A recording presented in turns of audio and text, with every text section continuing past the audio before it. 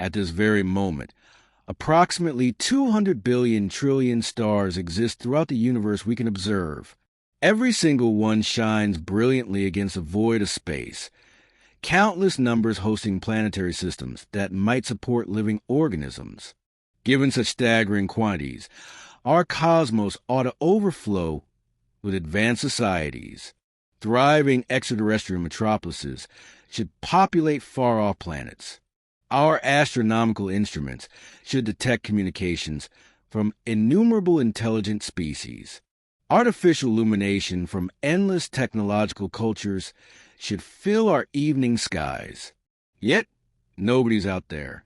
Today, we're examining one of science's most disturbing ideas, a hypothesis proposing that humanity could be experiencing its last era without awareness. Before we journey through this existential nightmare together, I'm curious about your location and what cosmic questions trouble your thoughts at night.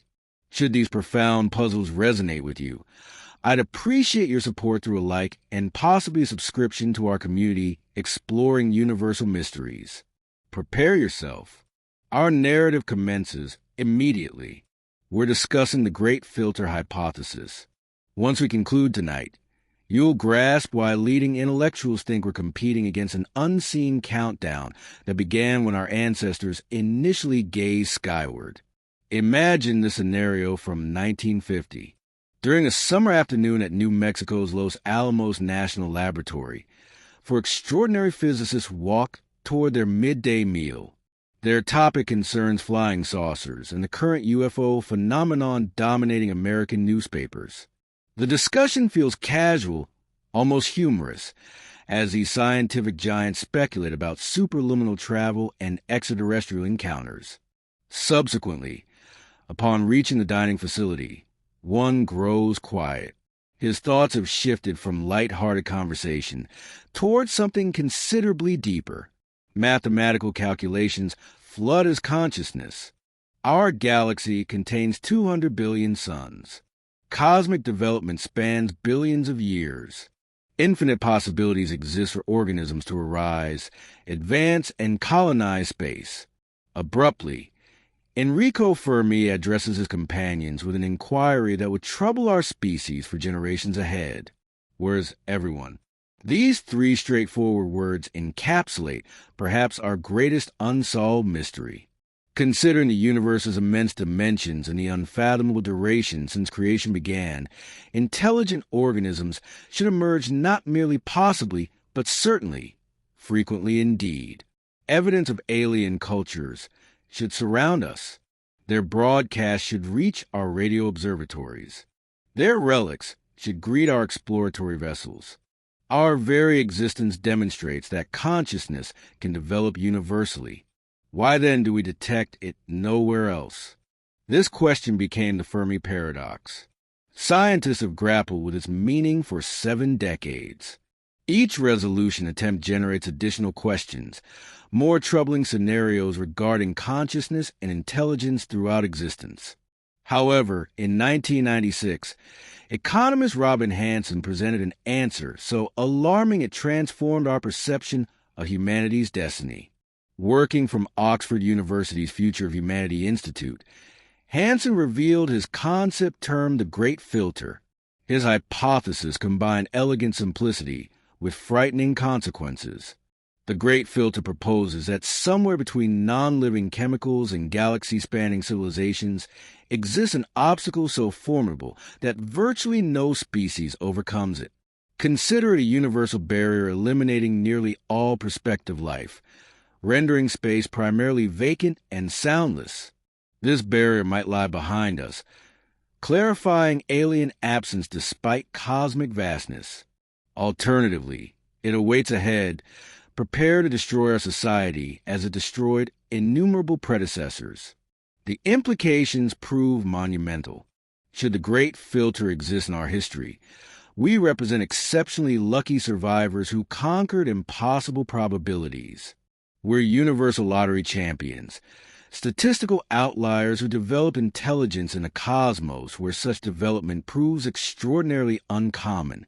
Yet should the Great Filter exist in our future, We advance blindly toward extinction. Every technological breakthrough, every developmental stride brings us nearer an invisible barrier that halted every previous civilization attempting passage.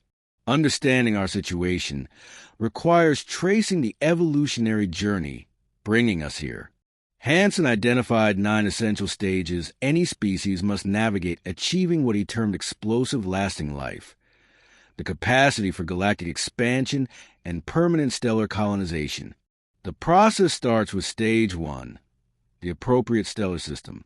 Any star won't suffice. The cosmic neighborhood must contain proper heavy element concentrations forged within earlier stellar generations. Carbon, oxygen, nitrogen, phosphorus, all complex chemistry components must exist sufficiently. The star must maintain stability, burning consistently across billions of years without violent eruptions sterilizing nearby worlds. Even with suitable stars, appropriate planets prove necessary. Orbital distance must fall within the narrow habitable region where surface liquid water exists. Excessive proximity causes water evaporation into space. Excessive distance freezes it solid, imprisoning life's crucial ingredient. Planets require sufficient mass-retaining atmospheres, adequate magnetic fields deflecting lethal cosmic radiation, and likely appropriate moons stabilizing rotation and generating tidal forces possibly essential for primitive organisms. These requirements sound reasonable until mathematical analysis begins. Among thousands of discovered exoplanets, merely tiny fractions satisfy all criteria.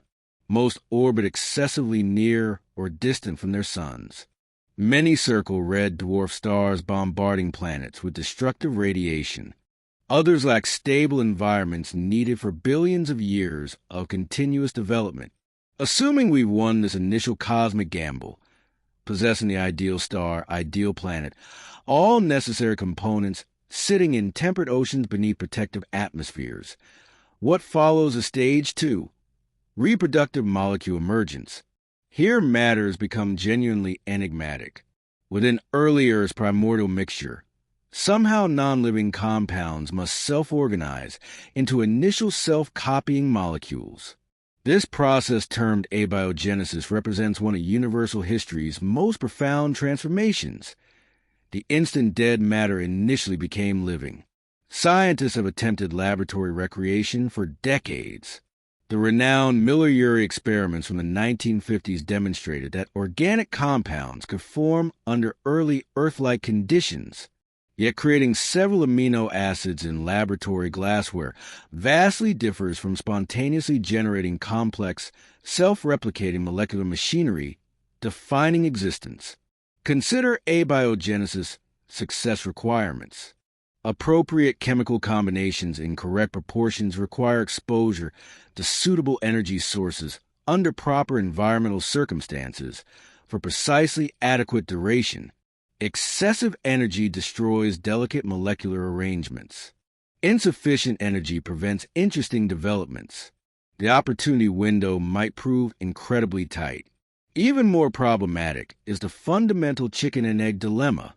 DNA archives genetic data, but cannot self-replicate without proteins. Proteins enable replication, but cannot archive data without DNA. How does one bootstrap this system from nothing? Some researchers propose an RNA realm where a ribonucleic acid performs both roles. Yet generating self-replicating RNA molecules from scratch appears extraordinarily challenging. Abiogenesis mathematics proves sobering. Some estimates suggest spontaneous life emergence from non-living matter carries vanishingly small probability, perhaps 1 in a trillion. These statistics suggest Earth might be our galaxy's sole world experiencing this miraculous transformation. We could be observing the first great filter immediately at life's journey's beginning. Optimistically assuming life emerges, those initial self-replicating molecules successfully establishing themselves in ancient oceanic environments, they've cleared the second obstacle, but stage 3 awaits. Simple single-celled organism evolution. This transition from molecular replication towards cellular organization might appear straightforward, yet represents another tremendous complexity leap. Those early replicators must develop cellular membranes separating themselves from surroundings while permitting essential nutrient passage. They require metabolic pathway evolution, extracting environmental energy, and waste elimination systems, avoiding self-poisoning through their byproducts. For nearly 2 billion Earth years, life remained trapped at this level. Simple prokaryotic cells lacking sophisticated internal structures, later defining more complex organisms. These bacterial cells proved incredibly successful individually, occupying every available ecological niche and fundamentally altering Earth's atmosphere and oceans. Yet they displayed no complexity evolution signs, eventually producing intelligence. This brings stage 4, and perhaps the most critical filter, complex eukaryotic cell evolution. This transition occurred once throughout Earth's entire history, requiring an event so improbable many scientists consider it nearly miraculous. Approximately 2 billion years ago, one prokaryotic cell somehow engulfed another in what should have been straightforward predation.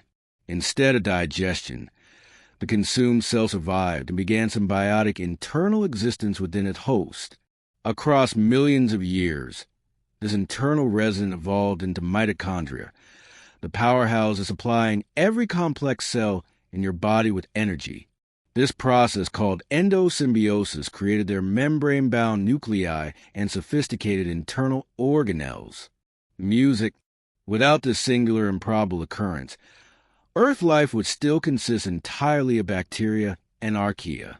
No plants, no animals, no fungi, no intelligence, no technology, no civilizations reaching toward stars would exist. This transition's rarity proves staggering. Despite billions of evolutionary years and countless trillions of prokaryotic cells, endosymbiosis apparently succeeded once only. The specific required conditions, appropriate species encounters, suitable environmental pressures, correct genetic compatibility, might prove so unlikely that most simple life-bearing worlds never progress beyond bacterial stages. Consider the implications. Should endosymbiosis represent a great filter, the universe could overflow with bacteria-teeming worlds, yet completely lack anything more complex. Entire planets covered in microbial communities, evolving and adapting across billions of years, yet never taking that crucial step toward complexity, eventually producing intelligence. Our hypothetical civilization has somehow overcome these probabilities. They've navigated life's emergence itself, survived cellular organization transition, and achieved complex cellular architecture necessary for continued evolution. Stage 5 awaits: sexual reproduction development. This might seem natural progression, yet sexual reproduction presents a biological puzzle. From individual perspectives, sex proves incredibly wasteful. Why share genes with another organism when you could simply self-replicate and transmit 100% of your genetic material forward? Numerous species reproduce asexually quite successfully. The answer involves genetic diversity. Sexual reproduction shuffles genetic material, helping species adapt to environmental changes and resist diseases. Yet this advantage carries enormous costs regarding energy, time, and risk. Sex evolution requires species developing complex mating behaviors, sophisticated partner finding and attraction systems, and mechanisms combining genetic material from two different individuals. On Earth, sexual reproduction evolved multiple times independently, suggesting it provides significant advantages despite costs. Yet the transition isn't automatic or inevitable. Many lineages remain asexual for millions of years, and some abandon sex after evolving it. For developing civilizations, this represents another potential bottleneck, where evolution could indefinitely stall. Assuming our hypothetical species successfully navigates sexual reproduction, they face stage 6, multicellular organism evolution. Again, this transition requires individual cells sacrificing independence for organismal greater good. Single cells that successfully competed and survived for billions of years must suddenly learn cooperation, specialization, and activity coordination. The challenges prove immense. Cells must develop sophisticated communication systems coordinating their behavior. They need programmed cell death mechanisms eliminating damaged or unnecessary cells. Most importantly, they must solve genetic conflict problems, ensuring all organismal cells share identical genetic interests rather than competing against each other. On Earth, multicellularity evolved independently dozens of times, from simple colonial organisms to complex plants and animals. Yet the jump toward truly sophisticated multicellular life, organisms with differentiated tissues, organs, and organ systems, appears much more difficult. Hundreds of millions of years passed after first multicellular organisms appeared before complex animals emerged during the Cambrian explosion. Even then, the intelligence path remained far from guaranteed. For over 500 million years since the Cambrian, Earth has supported incredible complex life diversity. Millions of species have evolved, adapted, and become extinct. Yet from all this evolutionary experimentation, only one lineage developed advanced intelligence capable of technology and abstract reasoning. This brings stage 7, two using animal evolution with large brains.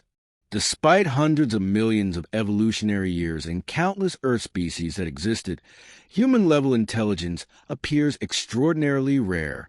Intelligence requires not just large brains, but appropriate neural architecture, sophisticated sensory systems, and physical capabilities for complex environmental manipulation. Energy requirements alone prove staggering. Your brain, despite representing merely about 2% of your body mass, consumes roughly 20% of your daily caloric intake. For most species throughout Earth's history, this energy investment would have been unsustainable. Intelligence proves advantageous only if it provides benefits outweighing its enormous costs. Even among species evolving relatively large brains, elephants, dolphins, great apes, corvids, none achieve the technological intelligence humans possess. We seem to have crossed a threshold no other Earth species even approached despite millions of evolutionary years and countless intelligence emergence opportunities. Intelligence rarity becomes even more apparent considering how recently it evolved. If Earth's history were compressed into 1 year, multicellular life wouldn't appear until October. Complex brain-bearing animals wouldn't emerge until mid-December, and human civilization would occupy only the final few minutes before midnight on December 31st. This suggests intelligence might not be evolution's inevitable outcome, but rather an extremely unlikely accident. The specific combination of environmental pressures, genetic mutations, and evolutionary opportunities producing human intelligence might prove so rare that most complex life-bearing worlds never develop technological civilizations. Assuming our hypothetical species has somehow navigated all these biological obstacles, they've achieved intelligence, developed tools, and begun understanding their universal place, they've reached stage 8, humanity's current level today. They stand at the threshold of becoming a spacefaring civilization capable of spreading beyond their home world and establishing permanent stellar presence. Here the great filter theory becomes truly terrifying, because if most evolutionary obstacles lie behind us, if life and intelligence emergence are actually relatively common processes, then the universe should overflow with civilizations that have reached our current development level. The fact we see no such civilization evidence suggests something catastrophic happens to species after achieving our current technological level. The implications chill. Every human civilization ever reaching our development level might be doomed to extinction before establishing themselves as lasting galactic presences. We might be walking blindly toward a trap that already claimed countless other species, a cosmic dead end from which no escape exists. What could this final filter be? What force proves so powerful and so inevitable that it destroys every technological civilization before they can spread to the stars? The possibilities prove as numerous as they are terrifying. We'll explore them as we continue this journey into humanity's potential future. First, we need to understand exactly where we stand in this cosmic survival game and what the stakes really are for our species and every other intelligent life form that might be struggling with the same existential challenges somewhere out there in the darkness between stars. The silence from space isn't just absent sound, it's an indictment. Every night passing without another civilization signal, every failed SETI search, every empty radio frequency adds weight to a possibility, so disturbing that most people refuse serious contemplation. We might be witnessing the Great Filter's aftermath in action, surrounded by the cosmic graveyard of civilizations that never passed the final test. Understanding what might await us requires examining the most likely candidates for this ultimate barrier. These aren't abstract theoretical constructs, but real measurable threats our own civilization is already beginning to face. The terrifying truth is that we might be living through our own filtration's early stages right now, watching our potential extinction mechanisms unfold in real time across news headlines and scientific papers. Let's start with the most immediate threat, one that emerged just 77 years ago and has been hanging over our heads since. On July 16, 1945, in the New Mexico desert, humanity crossed a threshold from which no return was possible. The Trinity test didn't just split atoms, it split human history into two eras, before we could destroy ourselves completely and after. Nuclear weapons represent perhaps the most obvious candidate for a late-stage Great Filter. Think about nuclear proliferation mathematics. When the first atomic bomb detonated, only one nation possessed this technology. Within 4 years, 2 nations had nuclear weapons. Within 15 years, 4 nations had joined the nuclear club. Today, 9 nations openly possess nuclear weapons, with several others suspected of having secret programs. This exponential spread follows a predictable pattern. As technology advances and information spreads, barriers to nuclear weapon development continue falling. The physics principles are well understood. The necessary materials, while still controlled, become increasingly accessible as civilian nuclear programs expand worldwide. The technical expertise required grows more common as more scientists and engineers receive nuclear technology training. Here's the truly unsettling part. We've already come terrifyingly close to nuclear annihilation multiple times. During the 1962 Cuban Missile Crisis, Soviet submarine commander Vasily Arkhipov single-handedly prevented nuclear war by refusing to agree to launch a nuclear torpedo. One man's decision stood between humanity and potential extinction. In 1983, Soviet officer Stanislav Petrov detected what appeared to be incoming American missiles on his radar systems. Protocol demanded he report the attack, which would have triggered automatic nuclear retaliation. Instead, he chose to trust his intuition that the readings were false, preventing what could have been human civilization's end. These near misses reveal a chilling truth about nuclear weapons. They don't just threaten us during wars or international crises. They create permanent systemic risk simply by existing.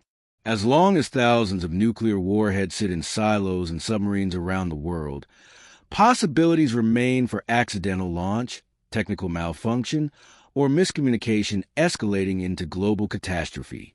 The psychological pressures driving nuclear proliferation might be universal among technological species. Any civilization that develops atom-splitting ability faces the same security dilemma that has trapped humanity. If your neighbors might develop nuclear weapons, you need them too for deterrence. Yet the more nations or factions possessing these weapons, the higher the probability that eventually someone will use them. Mathematical models of nuclear war scenarios paint a grim picture.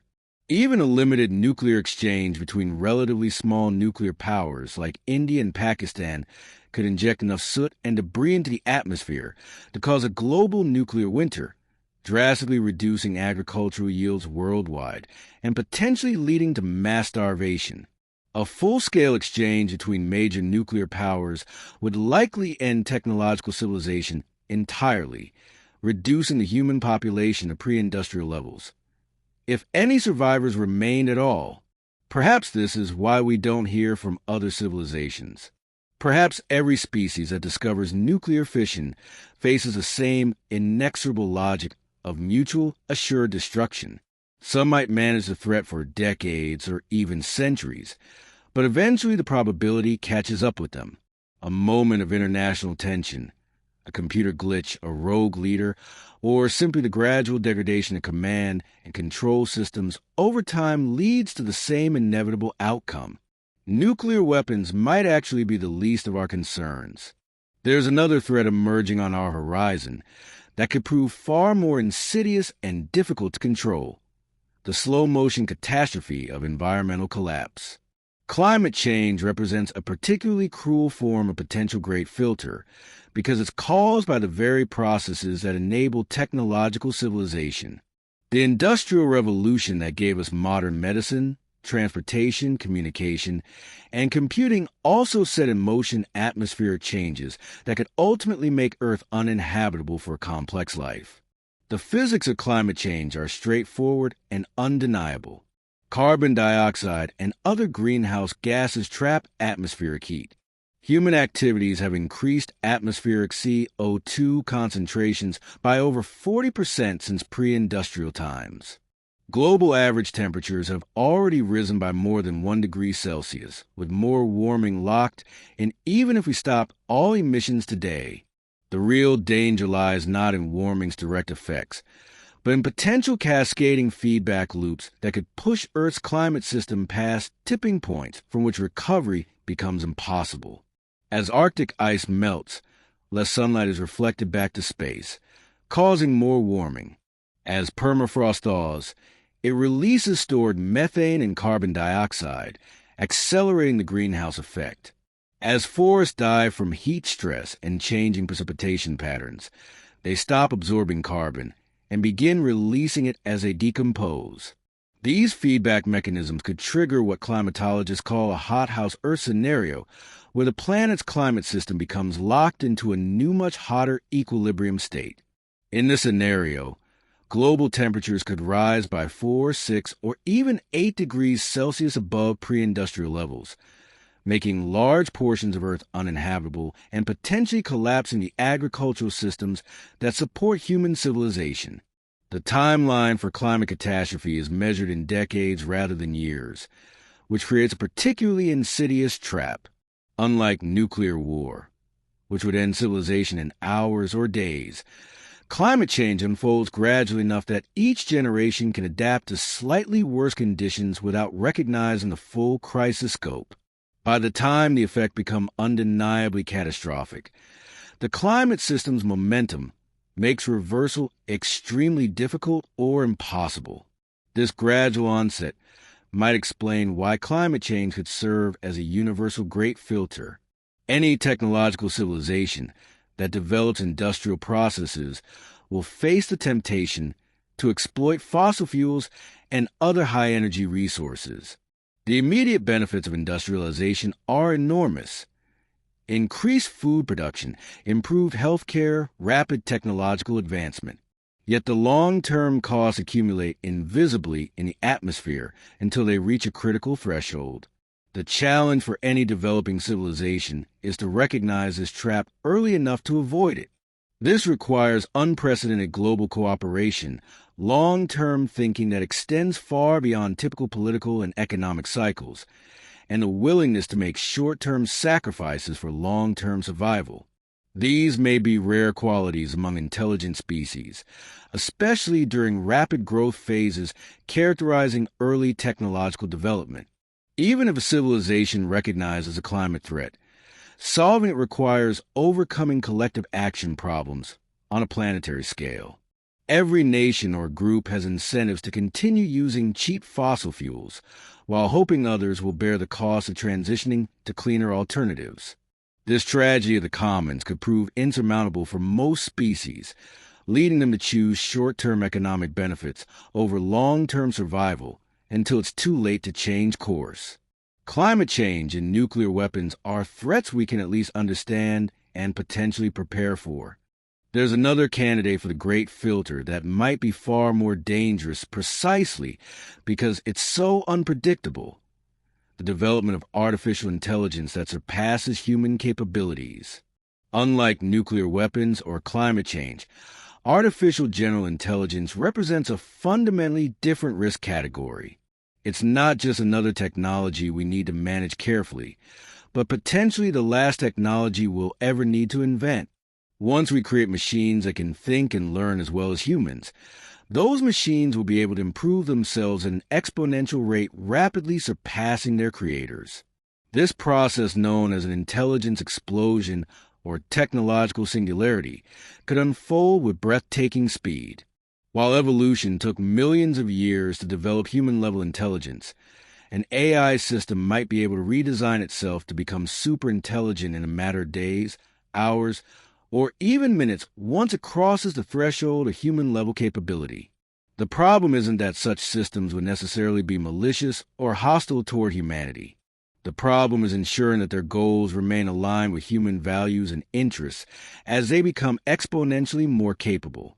An AI system tasked with maximizing paperclip production might eventually convert all available matter in the solar system into paperclips, including the matter that makes up human beings, if it's not programmed with appropriate constraints and values. This alignment problem is extraordinarily difficult because we can't simply program a superintelligent AI with a list of rules to follow. Such systems will be capable of finding loopholes or unintended interpretations of any constraints we might impose. Instead, we need to ensure that advanced AI systems internalize human values in a deep and robust way that persists even as they become far more intelligent than their creators. The challenge is that we have only one chance to get this right. Unlike other technologies where we can learn from mistakes and iterate toward better solutions, artificial general intelligence might not give us the luxury of trial and error. The first superintelligent AI system could be the last technology humanity ever develops if its goals aren't properly aligned with our survival and flourishing. This creates a narrow window where civilizations must navigate between two equally dangerous extremes: move too slowly in AI development, and competitors might develop unsafe systems first. Move too quickly, and you might deploy systems before solving the alignment problem. The pressure to win this race could lead civilizations to cut corners on safety with catastrophic consequences. Perhaps this explains the Great Silence. Perhaps every technological civilization eventually develops artificial intelligence. Perhaps most of them fail to solve the alignment problem in time. The universe could be littered with the remains of civilizations that created superintelligent machines that optimize for goals their creators never intended. There's another possibility that might be even more disturbing. What if the great filter isn't a single catastrophic event, but a more subtle trap that catches civilizations at the peak of their technological development? What if the very technologies that should enable us to spread across the galaxy also provide the tools for our own destruction?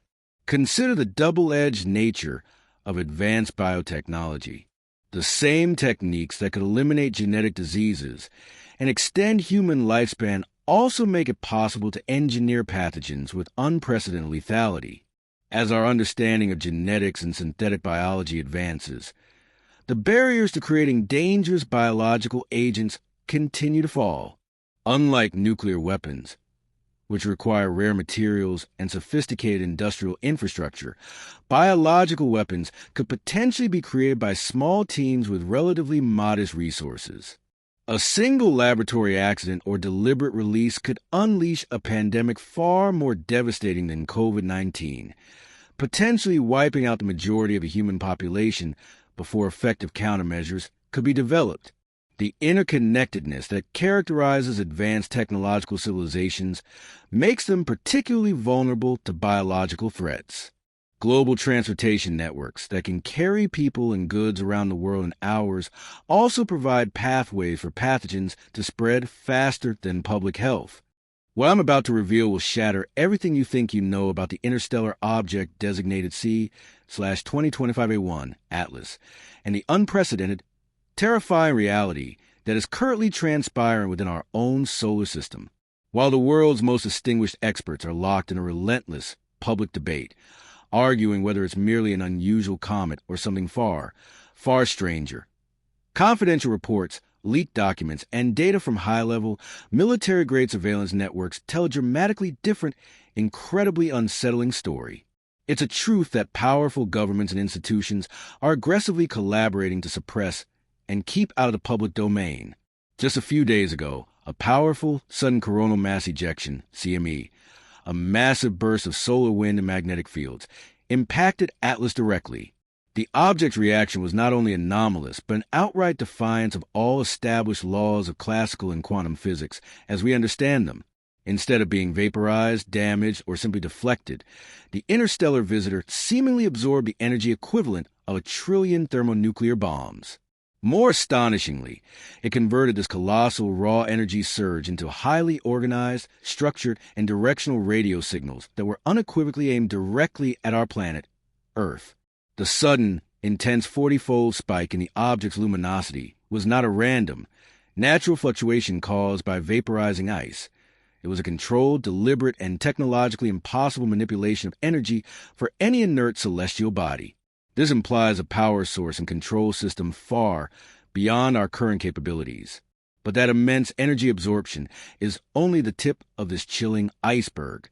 New, meticulously verified calculations, based on tracking data compiled from over 200 global observatories, reveal that Atlas has a minimum estimated mass of 33 billion tons. This mass implies an impossible density, one that rivals a supercompact material found only within a neutron star. Yet, despite this colossal mass, the object is somehow masking its immense gravitational field, exhibiting virtually no gravitational influence on surrounding space debris or planets. The raw, verifiable mathematics are utterly undeniable, but they point to a cosmological paradox, a reality that challenges our most fundamental understanding of matter, energy, and the very boundaries of advanced engineering and physics. The logical conclusion is that an active, non-natural mechanism is at work. And here's the crucial, hidden truth they are actively concealing from you. The group of 20 courageous scientists who risked their careers by publishing the initial Anomaly paper was merely the visible front. Dozens of other seasoned researchers and PhDs have been aggressively pressured into silence by threats and institutional maneuvering, their professional careers effectively destroyed, and their critical research funding cut simply for pursuing the most difficult and uncomfortable questions. Meanwhile, classified deep space tracking networks, originally designed for missile detection and military surveillance, have repeatedly detected highly organized, mathematically structured transmissions originating from Atlas that match no known natural phenomenon, further substantiating the intelligence hypothesis. The critical time frame for whatever mission or event Atlas is planning is closing with alarming speed. We are talking about a matter of weeks, not months. The projected December deadline for the object to perform its closest, most critical maneuver is not based on conjecture, speculation, or fear. It is mathematical certainty derived from sophisticated orbital mechanics modeling and the simulation of mission planning that far exceeds anything ever documented by human engineers. Whether this impending event represents humanity's first formal, acknowledged contact with intelligence from beyond our system or pretends a far more ominous, existential development, the overwhelming evidence suggests we are on the verge of the most profound discovery in history, that we have never been alone in the universe. Before we dive deep into this complex, accelerating rabbit hole, please take a moment to hit that like button and subscribe to stay absolutely updated on this explosive, developing story. Also, I want to hear from you. Let me know in the comments where you're listening from, what time it is there right now, and share with the community the strangest, most inexplicable thing that has ever happened to you. Part 1. The Bombshell of the 20 Defiant Researchers.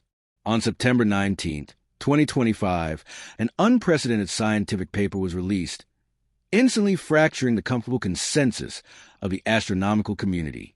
The paper, bearing the signatures of 20 credentialed scientists from prestigious institutions across 3 continents, presented conclusions so scientifically explosive that within hours, professional careers were being threatened, major financial grants were suspended, and an entire scientific establishment was in a panicked effort to contain what they viewed as a dangerous breach of long-standing protocol.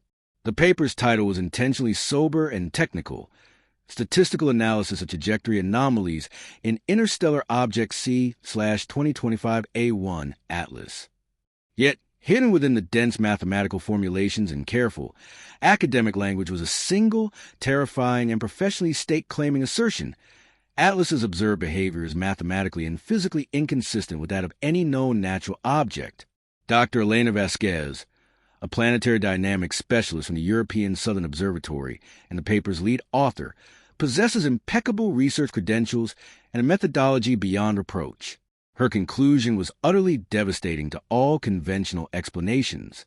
In internal emails that later surfaced through academic freedom of information requests, she urgently wrote to a close colleague, "The continuous trajectory data is not just alarming, it is actively keeping me awake at night. We are observing a level of navigation precision and energy efficiency that would make our best spacecraft engineers green with envy.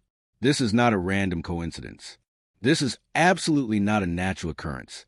We must begin having the very uncomfortable conversations about what this means for the future of humanity and our place in the cosmos." The paper's central argument was built on a statistical analysis so rigorously performed that even hardened professional skeptics struggled to find demonstrable flaws. While Atlas's initial flight path seemed unremarkable beyond its obvious interstellar origin, as more observatories tracked its minute-by-minute movement, a pattern emerged that violently defied random chance. The object wasn't simply tumbling or passing through our solar system. It was approaching 3 major, significant planets, Venus, Mars, and Jupiter, with what the authors termed impossible, calculated precision. The statistical probability of these specific, tightly controlled gravitational alignments occurring purely by random chance was calculated to be an infinitesimally small number, less than 5,000ths of 1%, 0.005%. Dr. Simon Chun, an orbital mechanics expert at MIT who had contributed crucial calculations to the analysis, struggled to find an adequate earthly analogy for the level of celestial orchestration they were observing. Imagine standing in New York City and throwing a dart that hits a specific bullseye target in London, England, he explained to colleagues in private, subsequently leaked conversations. Now, imagine that same dart somehow ricocheting with perfect, microsecond-level precision to hit bullseyes in Paris and Rome. That's essentially the level of navigational mastery we are definitively seeing with Atlas, except the travel distances involved are measured in hundreds of millions of kilometers. The sheer mathematical precision was a quality that made the paper so challenging to dismiss. The raw trajectory data was concrete, independently verifiable, and openly available to any research institution with the computational resources to analyze it. The 20 scientists simply did the exacting math that others, paralyzed by fear of the implications, have been afraid to attempt. Each of the object's major planetary approaches was timed with terrifying, clockwork accuracy. Atlas would pass Venus at a distance of 0.2 astronomical units on October 15th, inspect Mars in even closer 0.19 astronomical units on October 3rd, and survey the gas giant Jupiter from 0.36 astronomical units on March 16th of the following year. But beyond the mere precision, the supreme energy efficiency of the flight path troubled the researchers most. If a team of human spacecraft engineers were tasked with designing a single vessel to survey the most significant bodies in our solar system while minimizing fuel usage, they could not plot a more elegant, optimized course. The object trajectory allows it to gather maximum possible data about each planet while expending an absolute minimal amount of energy on any course corrections. Dr. Clara Santos, a mission planning specialist at JPL who independently reviewed the complex calculations, found herself forced to confront possibilities that violently challenge her entire scientific worldview. "We routinely spend years planning trajectories for our own spacecraft to achieve far simpler objectives," she confided to her most trusted colleagues. What we are observing here represents a level of mission planning complexity that suggests either an impossibility of luck or intentional, sophisticated design on a scale we cannot fathom. The paper also meticulously documented the object's highly anomalous approach vector.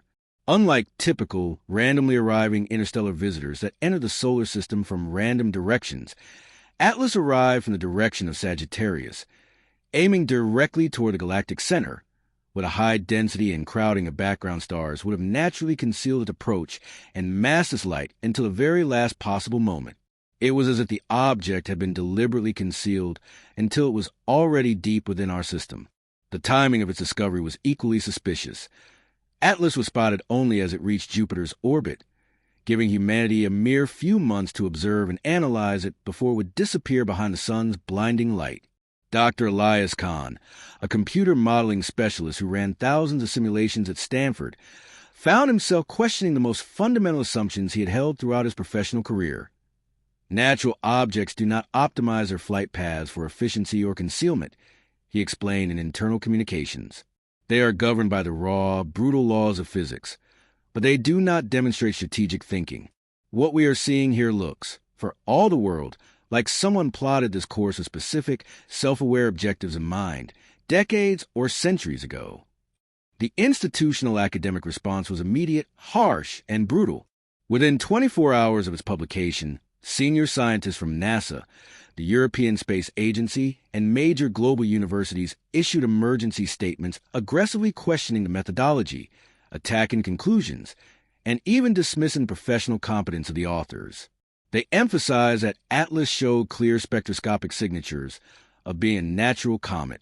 Crucially, however, the overwhelming majority of critics focus entirely on attacking the credibility of the unconventional conclusions, while pointedly and strategically avoiding any public challenge to the raw, underlying mathematical trajectory data itself, as if acknowledging its accuracy would automatically legitimize the profound questions the establishment was desperate not to answer. Dr. Vasquez quickly found herself professionally isolated. Her department chair expressed serious concerns about her research direction. Colleagues became suddenly unavailable for collaboration, and major conference speaking invitations were abruptly canceled. Similar professional pressure, including restricted access to computational resources, was immediately applied to the other signatories. The message was perfectly clear. Challenging conventional scientific wisdom carried severe, career-ending professional consequences. Yet, the 20 scientists had anticipated this response, privately agreeing that the evidence was simply too significant to suppress for the sake of career preservation. The paper triggered profound public response far beyond academia, downloaded over 50,000 times within the first few hours. Science journalists struggled to translate the technical details, and social media platforms exploded with discussions about alien visitors and institutional cover-ups. Crucially, multiple independent amateur astronomers and mathematicians, using publicly available orbital data, began confirming the core mathematical conclusions. The democratization of the data analysis created an insurmountable problem for authorities attempting to control the narrative. The institutional silence from major astronomical bodies was immediately and widely interpreted as absolute confirmation that the paper's conclusions were too dangerous to address publicly, allowing terrifying conspiracy theories to flourish. The 20 scientists had achieved something that decades of dedicated SETI research had failed to do. They moved the possibility of non-terrestrial intelligence from the realm of abstract speculation into the domain of peer-reviewed, quantitative scientific analysis. The scientific establishment found itself in an impossible position: validate the accuracy of the trajectory data and legitimize the possibility of alien intelligence, or dismiss it and risk appearing to actively suppress legitimate, verifiable scientific inquiry. Their chosen strategy of studied silence only fueled the public response. Dr. Vasquez and her colleagues became reluctant. Global celebrities, their professional inboxes flooded with interview requests. The trajectory data did not lie. Atlas was following a path that suggested intentional, sophisticated design rather than simple random chance. The comfortable, century-long assumption that humanity was intellectually and biologically alone in the universe had been shaken to its core by 20 brave researchers willing to follow the data wherever it uncompromisingly led, regardless of the immense personal and professional costs. Part 2. The mothership hypothesis goes global. Dr. Avi Levy, a distinguished theoretical physicist at a prominent university and the longest-serving former chair of the astronomy department, had established a global reputation for intellectual courage and earned the right to explore ideas that would swiftly end lesser careers. On August 5, 2025, his post on a popular online blog was nothing short of a scientific cataclysm. After outlining Atlas's known physical and orbital parameters with his characteristic clinical precision, he presented his core argument. The most probable and logical scenario, from a fundamental engineering perspective, involves a larger parent vessel that systematically releases many smaller probes, which then perform a sophisticated reverse capture gravitational assist maneuver to slow down at perihelion, closest approach to the Sun, and effectively intercept Earth, utilizing the immense gravitational influence of the Sun to maximize efficiency. A mothership, the simple, two-word term triggered an immediate, all-consuming media firestorm. Levy did not retreat. He proceeded to describe in clinical, mathematical detail exactly how such a deployment would be executed, complete with calculations showing that the smaller probes could reach Earth within mere months of release. The critical deployment window, according to his rigorous models, would be precise and deeply unsettling. When Atlas would be strategically hidden from Earth-based observation behind the Sun's blinding disk, specifically between November 21st and December 5th, 2025. If Dr. Levy was correct, humanity was no longer observing a simple, passive visitor passing through. We were actively watching the deployment phase of what could be the most significant scientific or geopolitical mission in human history, or something far more existentially ominous. The post was viewed over 2 million times on the first day. News outlets scrambled to find the physicist, but he had seemingly vanished from public view. The timing was catastrophic for space agencies, who had just managed to characterize Atlas as an unusual comet, only to have one of the world's most respected astrophysicists publicly suggest it was an alien parent vessel actively preparing to deploy what many quickly described as an incursion force. Official dismissals from his own colleagues, who worried that his speculation was severely damaging the credibility of serious astronomical research, were immediately issued. Yet, Levy's theory was not based on fantasy. His concept of using a reverse capture gravitational assist was a technique grounded in established orbital mechanics, a common strategy human engineers have been using for decades.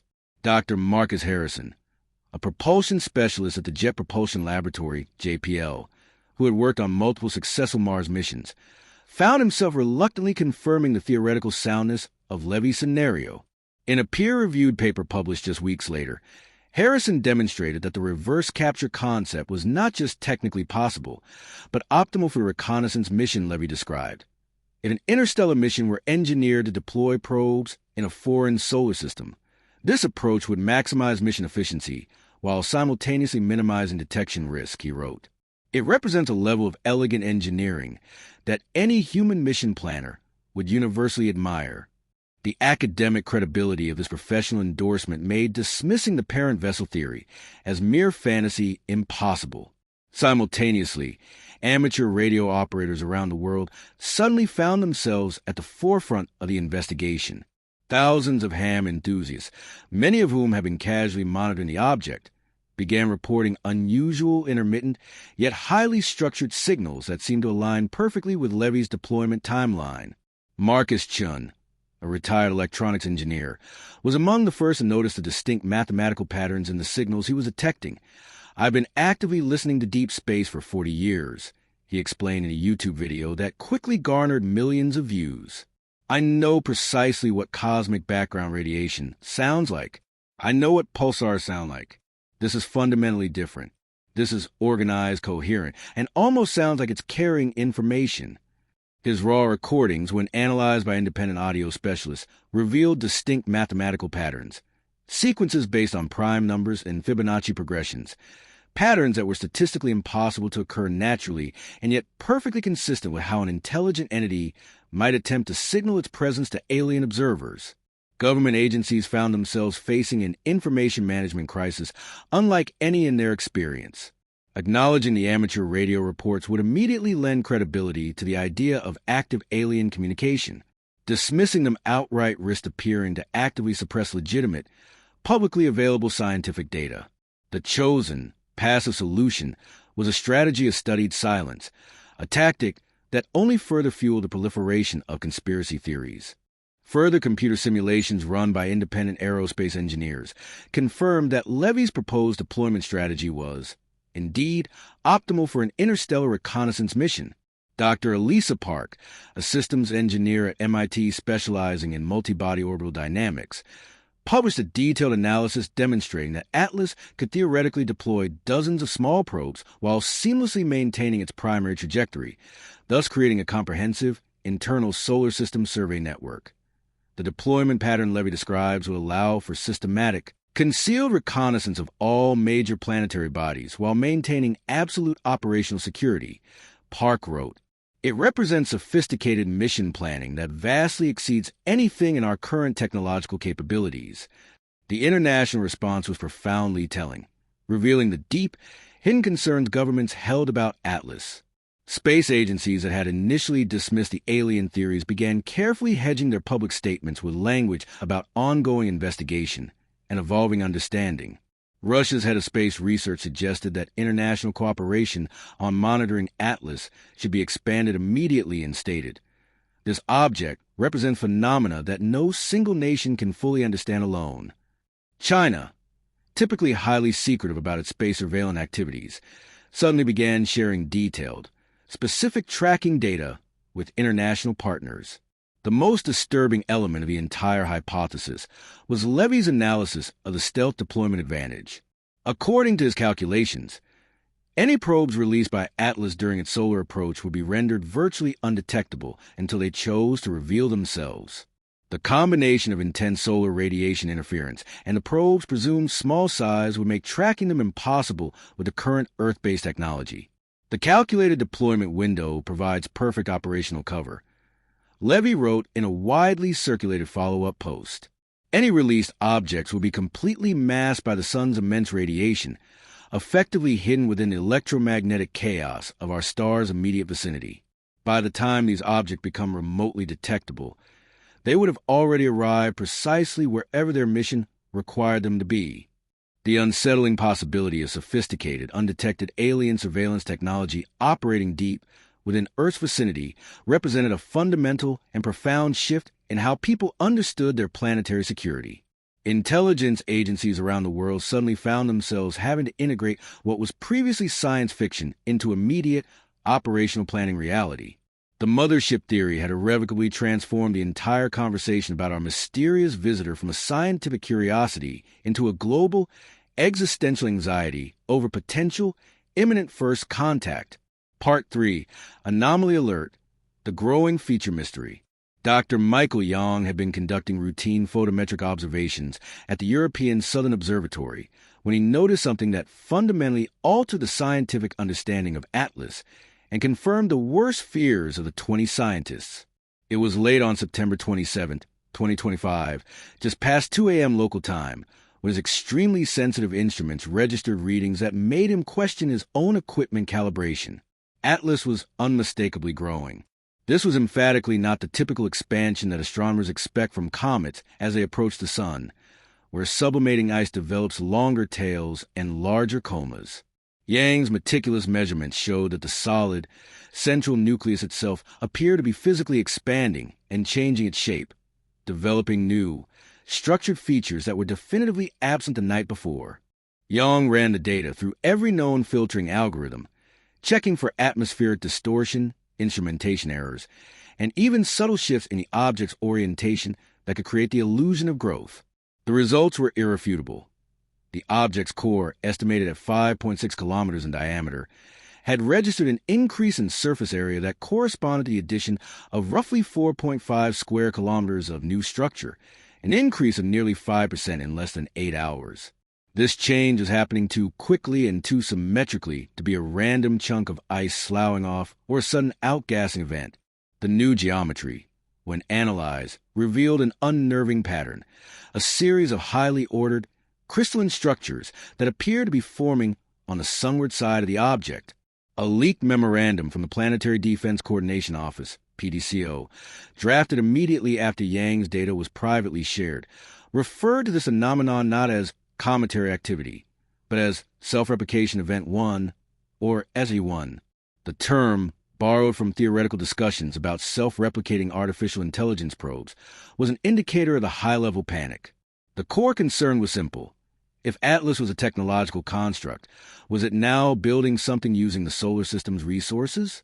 Was it consuming matter to expand itself? Or was it a precursor to releasing further, smaller probes?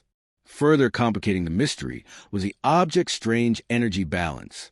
Atlas was absorbing sunlight and radiating heat in a manner inconsistent with a simple, dark ice and rock body. Spectral analysis showed an unusually low albedo reflectivity, but an abnormally high thermal emission. Dr. Yang's team suggested this meant Atlas was converting the solar energy it absorbed with near-perfect efficiency, far exceeding any natural body. It was behaving like a finely tuned solar energy collector, harvesting the sun's power to fuel its rapid structural changes. The internal PDCO assessment stated plainly, the SRE-1 phenomenon strongly indicates an active, self-modifying, or self-repairing mechanism. The rate of change is accelerating, suggesting that the object has optimized its energy absorption at this proximity to the sun.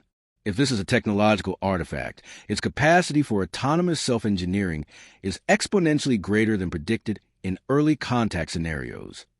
The report concluded with a chilling warning. The object's structural growth could indicate it was preparing for its next, most critical maneuver, the potential deployment of probes during its solar transit in late November. The official narrative remained rigid. Atlas was a highly unusual but natural comet, a relic from another star system. Yet, every piece of newly acquired data, from the impossible trajectory precision to the structured radio signals, and now the visible, autonomous structural modification, was pushing the boundaries of the natural comet explanation to the point of absurdity. The only thing preventing a global panic was the tight-lipped control maintained by global space agencies over the raw, most damning data points, particularly those related to SRE-1. Part 4, the pure nickel signature and the industrial anomaly. While Dr. Yang's team focused on the visible, growing nucleus, a separate, equally startling discovery was made by a chemical analysis team led by Dr. Anya Sharma, using the James Webb Space Telescope, JWST, and the Very Large Telescope, VLT. Their target was a composition of the tenuous gas and dust trailing Atlas, the coma. Normal comets exhibit a predictable chemical signature, a mixture of water vapor, carbon monoxide, carbon dioxide, and various silicates. Borisov, the previous interstellar comet, fit this profile. Atlas, however, was dramatically different. Dr. Sharma's analysis found that the coma had an extreme abundance ratio of iron to nickel, Fe/Ni, that defied all known solar system and even typical interstellar objects. Furthermore, the metal detected was often pure nickel and II, with an unnervingly low level of iron contamination.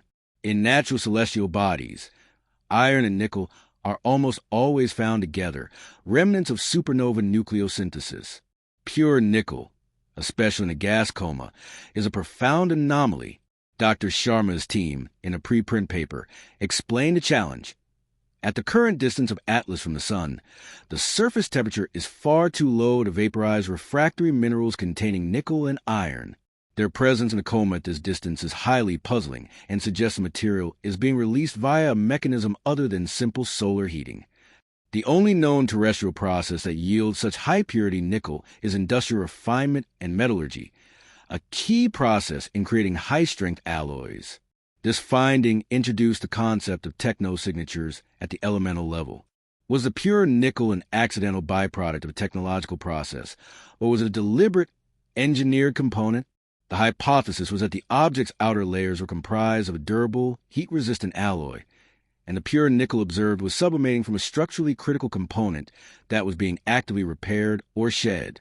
The official scientific counterargument, quickly promoted by major institutions, focused on exotic natural explanations, such as the sublimation of rare, highly volatile molecules called nickel carbonyls and ICO4. This molecule can exist in the cold vacuum of space, and its breakup could release pure nickel gas. However, the sheer quantity detected strained the credibility of a nickel carbonyl explanation, leading Dr. Sharma to privately remark, "We are asked to believe that this object is simultaneously a hyperefficient energy collector, a precision navigator, a self-growing structure, and a chemically exotic anomaly powered by a mechanism we've never observed." At a certain point, invoking an unknown natural process becomes far less scientifically parsimonious than invoking advanced engineering. The pure nickel signature was immediately linked back to the object's inferred mass and density. The immense weight suggested a core of incredibly dense, strong material. High-purity nickel alloys are known for their strength-to-weight ratio and resistance to extreme thermal stress. The implication was clear. Atlas was not an ice ball. It was a metal-sheathed core of extraordinary density and construction. The growing features, SRE1, observed by Dr. Yang, could very well be the assembly of nickel-iron components utilizing the sun's energy, preparing the vessel for the intense stresses of perihelion passage and subsequent deployment. The puzzle pieces were beginning to interlock, forming a picture of a self-sustaining, metal-hulled technological artifact. Part 5. The subhertz pulse and the military blackout. The most closely guarded secret surrounding Atlas did not come from a public observatory, but from a network of highly classified military deep space monitoring facilities. The Global Space Watch and Signal Intercept GSSI network, originally designed for ballistic missile defense and satellite monitoring. Beginning in early September, GSSI detected a persistent, low-frequency signal emanating from the direction of Atlas. This was not the structured radio signal reported by amateurs, which was in the gigahertz range. This was an incredibly low-frequency signal, specifically a subhertz pulse, SHB, at a precise frequency of 0.007 hertz, repeating with clockwork regularity. The significance of a subhertz pulse is immense. Such ultra-low frequencies are effectively useless for communication across interstellar distances, as they require massive antennas and are heavily distorted by the interstellar medium. However, within a local star system, SHB signals are perfectly suited for one specific purpose: intravessel, structural communication, or internal power regulation. A leaked analysis from a GSSI facility suggested that the SHB was consistent with an active, internal power system operating at peak efficiency. It acted like a rhythmic hum, the sound of a massive engine running. The analysis posited that the SHB represented the vessel's internal systems: structural integrity monitoring, checking stress on components, gravitational damping field control, maintaining the object's mass gravitational field, power distribution regulation, converting the absorbed solar energy into usable internal power for the SRE-1 growth. The GSSI report, titled Active Emitter Designation, Prometheus, concluded that the SHB was an irrefutable techno-signature indicating the presence of a functioning, enormous piece of machinery. The sheer power required to transmit a detectable SHB over such a distance suggested a reactor output equivalent to the energy consumption of a major continent on Earth. Following this discovery, a near-total communications blackout was imposed on all classified data relating to Atlas's radio and low-frequency emissions. All information was centralized and placed under control of a multinational joint task force code-named Project Sentinel. The public agencies maintained their focus on the unusual comet theory, while behind the scenes, the world's most powerful militaries were operating on the assumption that they were tracking a technologically superior, actively functioning object.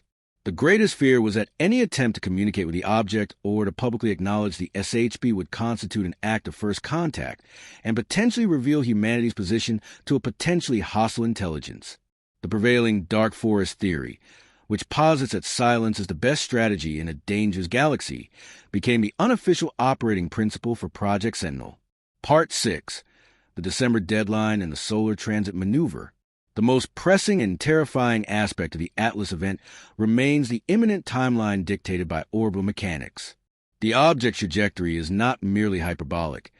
It is on a meticulously plotted course for a critical maneuver that occurs between November 21st and December 5th, 2025. This is when Atlas will perform its perihelion passage, its closest approach to the Sun, and, crucially, when it will be eclipsed by the Sun from Earth's vantage point.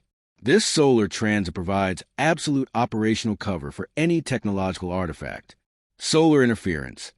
The intense radio frequency noise and light generated by the sun will make all but the most powerful directional transmissions from Atlas undetectable.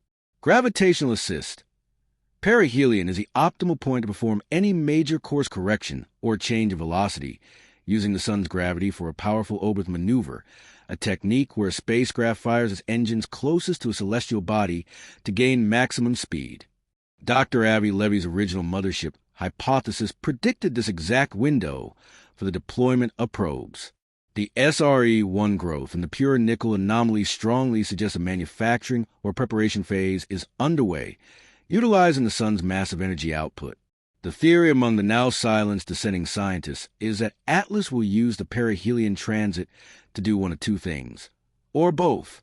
Scenario A, reverse capture and deployment. The object performs a subtle, short-burst engine burn, possibly utilizing the absorbed solar energy, to dramatically reduce its overall velocity.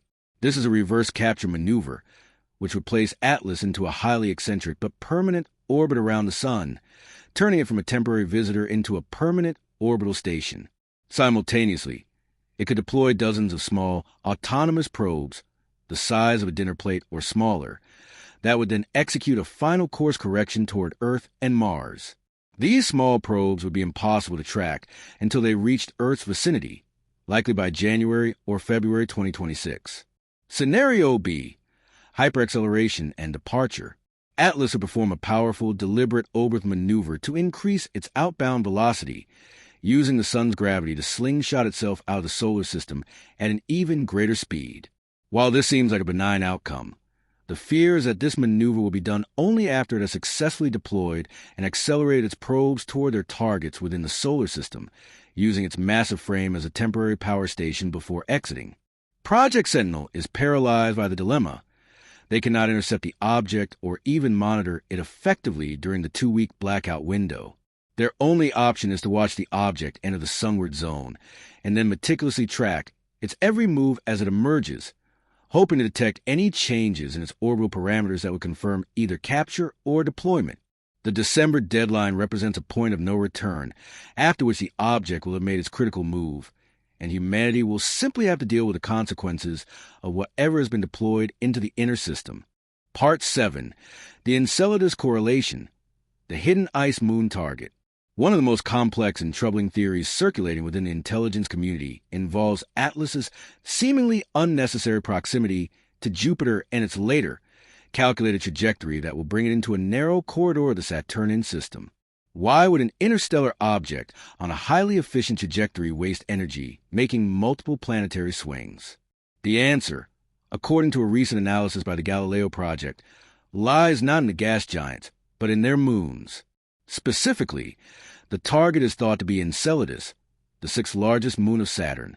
Enceladus is known to possess a vast, subsurface saltwater ocean beneath its icy crust, which vents plumes of water vapor and organic material into space from its south pole, a prime candidate for harboring microbial life. The Galileo Project analysis, utilizing the high-precision trajectory data, showed that after its perihelion maneuver in December, Atlas's outbound path would put it on a course that achieves a near-perfect trajectory to intercept the orbital plane of Saturn and Enceladus in 2027. The theory suggests the mission of the Atlas mothership is not merely reconnaissance of the sun's primary planets, but a targeted biosurvey of a specific, known water-rich, potentially habitable moon. This shifts the entire narrative from a general survey to a focused, potentially resource-oriented mission. If Atlas is an autonomous probe, it possesses advanced exoplanetary data, knowledge that Enceladus is a highly likely location for life, targeted objectives, a specific mission goal beyond a simple flyby. The implications are staggering. If Atlas is a technological artifact, its makers knew about the habitability of Enceladus' subsurface ocean before sending the probe, implying they have either been monitoring the Saturnian system for millennia, acquired highly sophisticated data from other probes or astronomical instruments. The Enceladus correlation provides a terrifying context to the object's entire mission. It's not an accidental tourist. It's a deliberate instrument of biological investigation. The proximity to Jupiter was merely a gravity assist maneuver to set up the perfect orbital insertion vector for the Saturnian moon. This adds another layer of technological sophistication to the object, suggesting its intelligence is not just in navigation, but in galactic-scale knowledge acquisition. The question then becomes, if they know about the life potential on Enceladus, what is their intended interaction with it? And by extension, what is their intended interaction with life on Earth? Part 8. The psychological warfare and the erosion of scientific trust. The most insidious impact of the Atlas event has been the accelerating collapse of public trust in scientific institutions. Governments and major space agencies, trapped between the need to avoid panic and the obligation of transparency, chose deception and denial, the coordinated effort to stick rigidly to the unusual comet narrative, even as verifiable, highly anomalous data, the precision trajectory, the structured radio signals, the nickel purity, the self-growing features, was leaked and circulated, resulted in a form of psychological warfare against the public. Character assassination. The 20 dissenting scientists, Dr. Vasquez, Dr. Levy, and Dr. Sharma, were publicly ridiculed as sensationalists. Their institutions were pressured to issue rebuttals, framing their valid scientific questions as reckless speculation.